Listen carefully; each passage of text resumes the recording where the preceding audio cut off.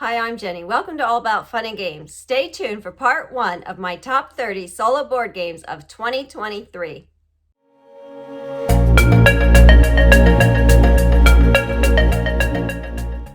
I'm so excited to be sharing my list of top 30 board games, solo board games that I played in 2023. And I do want to preface, it's not games that were all published in 23, but from the list of all the games that I played, these are my top 30 solo games.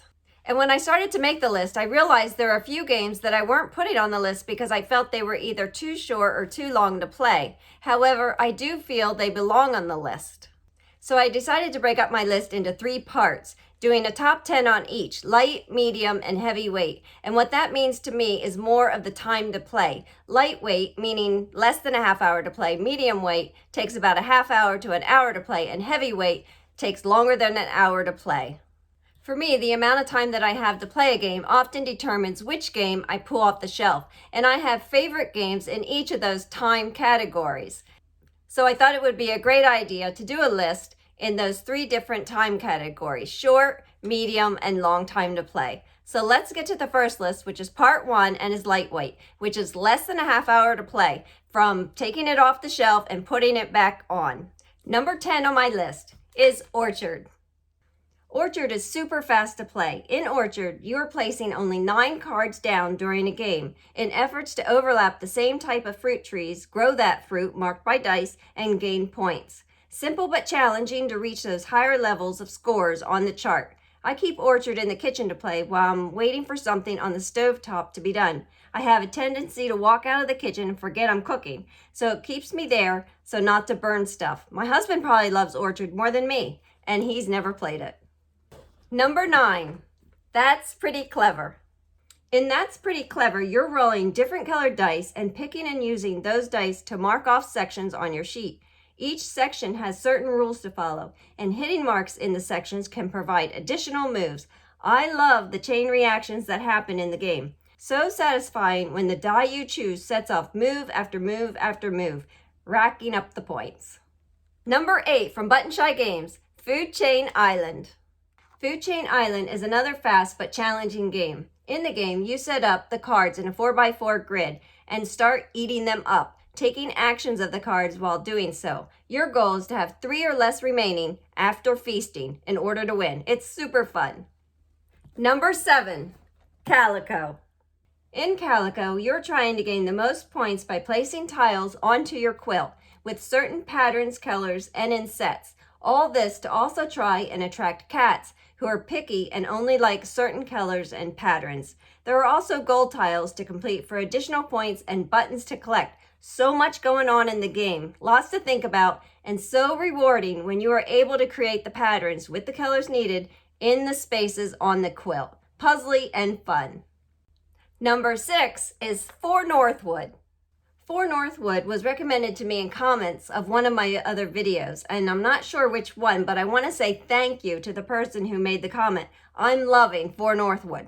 It's so great to be able to play a trick-taking game solely, if that's a word.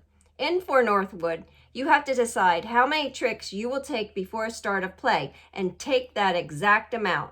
You do have some allies which can help during the turn to keep you on track, but even then it is tricky to do. Such a great little game. Number 5, Cascadia. Cascadia is a tile laying game where you are drafting a tile and a wildlife token each turn in order to complete certain goals to score points. There are multiple goal cards, of which you only pick 3 for each game, so every play is different. Like Calico, the Automa player challenges you by taking tokens and tiles away that you may have wanted or needed, just like another player might. Solo play is wonderful, and it is so fun to play. Number 4 is Leaf. In Leaf, you are the wind guiding leaves to the forest floor in efforts to gain the most points by connecting the tips of leaves with others, gaining those leaf tip actions. You'll help squirrels climb, mushrooms grow, attract animals, and enjoy the sun and change of seasons. The different choices you have and actions to then take in order to gain points while placing the various types and colors of leaves makes every turn a lot of fun. It's a very nice game. Number 3 is Abduction. You have to love all the cute ducks in Abduction and the alien ship. For solo, you set out 3 formation cards, place your ducks on the starting pad, and take 5 action cards. Then you're ready to play. Simple as that. What's not simple is getting the top level in the game. It's puzzly. You have to maneuver your ducks on your board by discarding action cards in your hand to match the different formations being presented to you. Do you have to get 5 of the same color ducks in a line, or maybe you have to have 3 on top and 3 on the bottom of different color? You play until you run out of cards and can't take a formation card to get more. Tally up the points on the formation cards you did achieve and see how well you did. Number 2, Floriiferous.